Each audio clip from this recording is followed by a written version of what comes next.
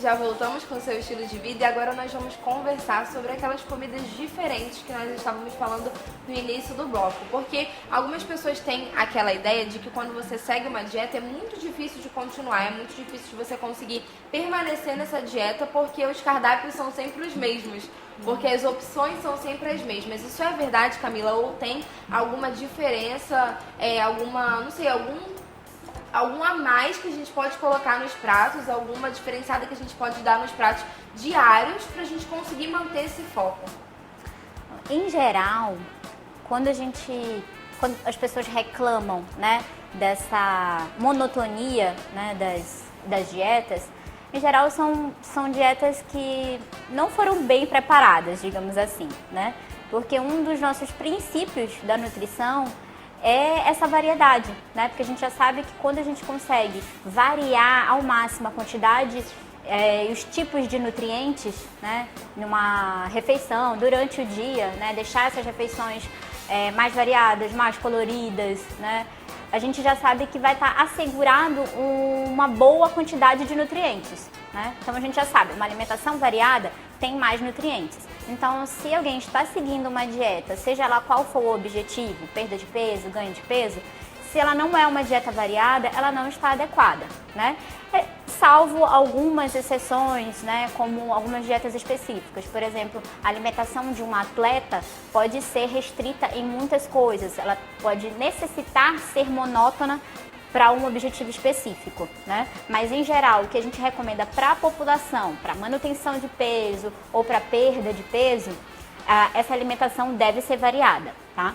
Então, se não está variada, então provavelmente precisa rever esse cardápio, tá? Porque na verdade não tem segredo, né? Você tem que ter de todos os tipos de nutrientes, né, em diferentes proporções, em diferentes quantidades, bem adequado em todas as refeições do dia. Então, ter uma alimentação colorida, né?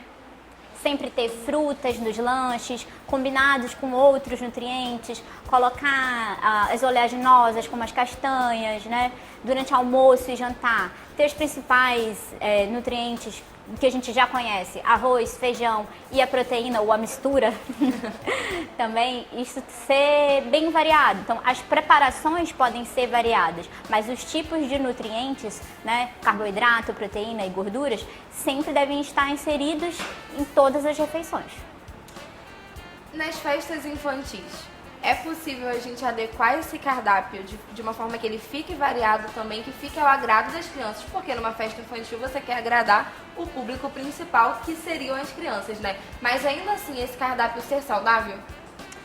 Sim, existe. Existe, porém a gente sabe que é um perigo, né, para quem está promovendo a festa. Por quê? O hábito alimentar das crianças não vai ser formado só com uma refeição.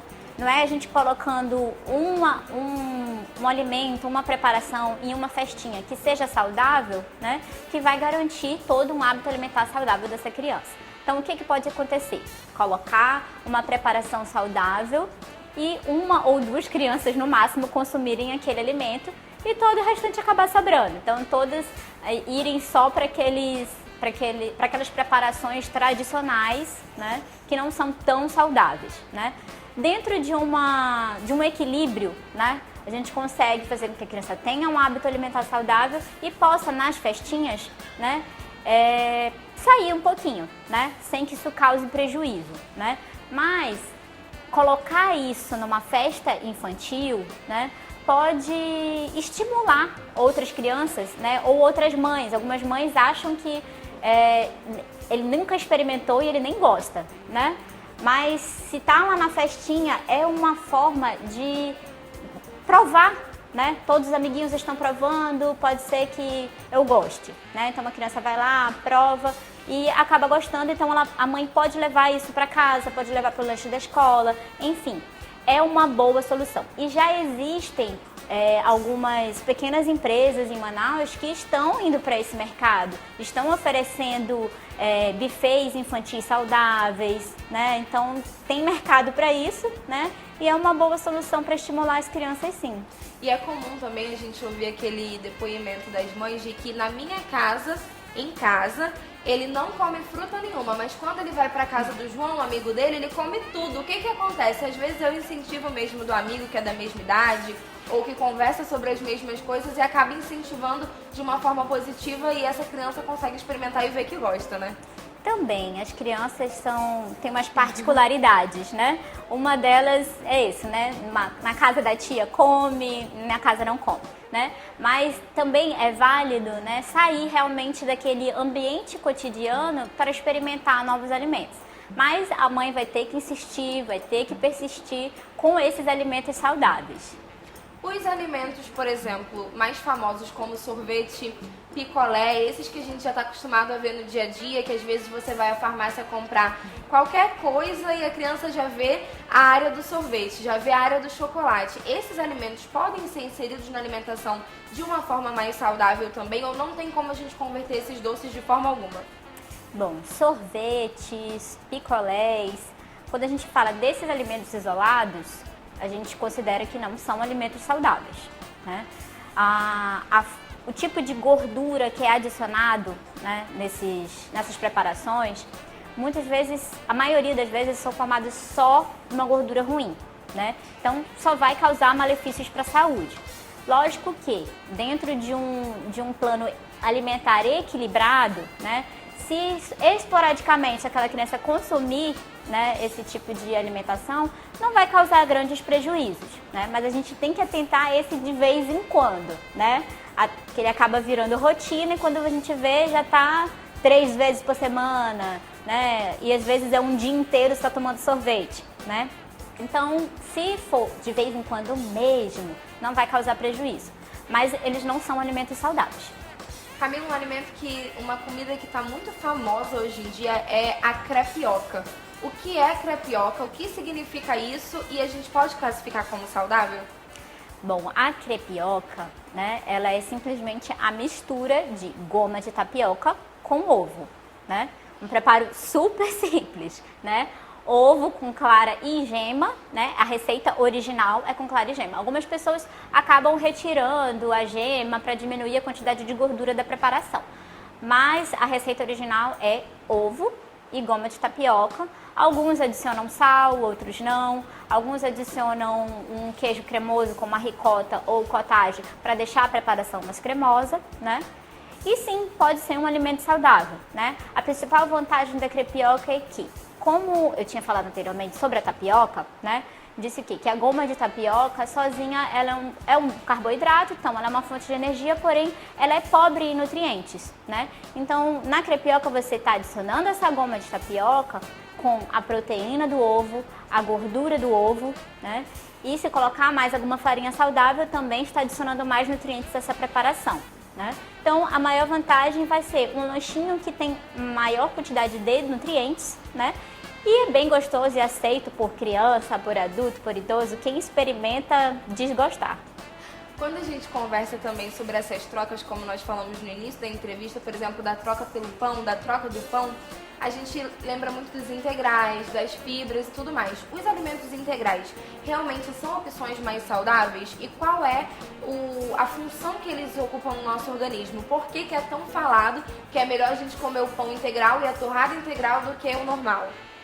Bom, o principal fator é por conta da farinha de trigo que é utilizada, né? Então, a farinha de trigo refinada, né, é a base do pão francês, né, dos pães de forma em geral que a gente consome, né? Então, a farinha de trigo refinada, né, é um tipo de alimento que pode causar vários malefícios à saúde, né?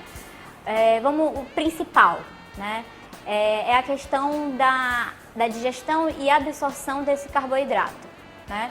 Então, o carboidrato é absorvido de uma forma muito rápida, então causa um pico de glicose, consequentemente um pico de insulina, e a insulina, como é um hormônio anabólico, Ela promove tanto o anabolismo de massa muscular, digamos assim, como também promove o anabolismo de gorduras, né?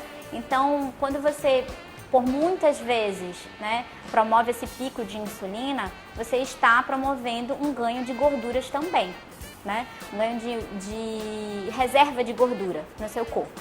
Então, esse é um dos pontos. E também, sendo diabético ou não, né, quem tem resistência à insulina ou não, quando a gente consome os alimentos que têm fibras, né, adicionadas, a gente já sabe que não vai acontecer esse pico de glicose nem esse pico de insulina, né? Então eles vão ser saudáveis porque vão promover uma maior quantidade de fibras e manter, né, esses níveis de glicose e insulina estáveis, né, sem os picos, né? Então, a maior diferença entre a farinha de trigo integral para refinada é essa. A farinha de trigo integral vai manter esses níveis estáveis e a farinha de trigo refinada não. Ela vai promover os picos.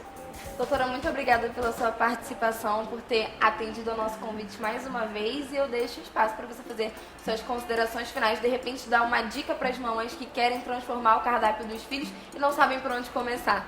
Certo. Bom, eu que agradeço, né? E acho que a maior dica, né, é ficar atento aos alimentos industrializados, né? O quanto a gente conseguir colocar uma alimentação mais natural possível é melhor, né? Por conta daquele controle de ingredientes adicionados, né? E evitar a exposição aos aditivos químicos, né? Que a gente ainda não sabe os efeitos que pode ter. Então, a minha dica é: quanto você conseguir ter sua alimentação mais natural, melhor para sua saúde.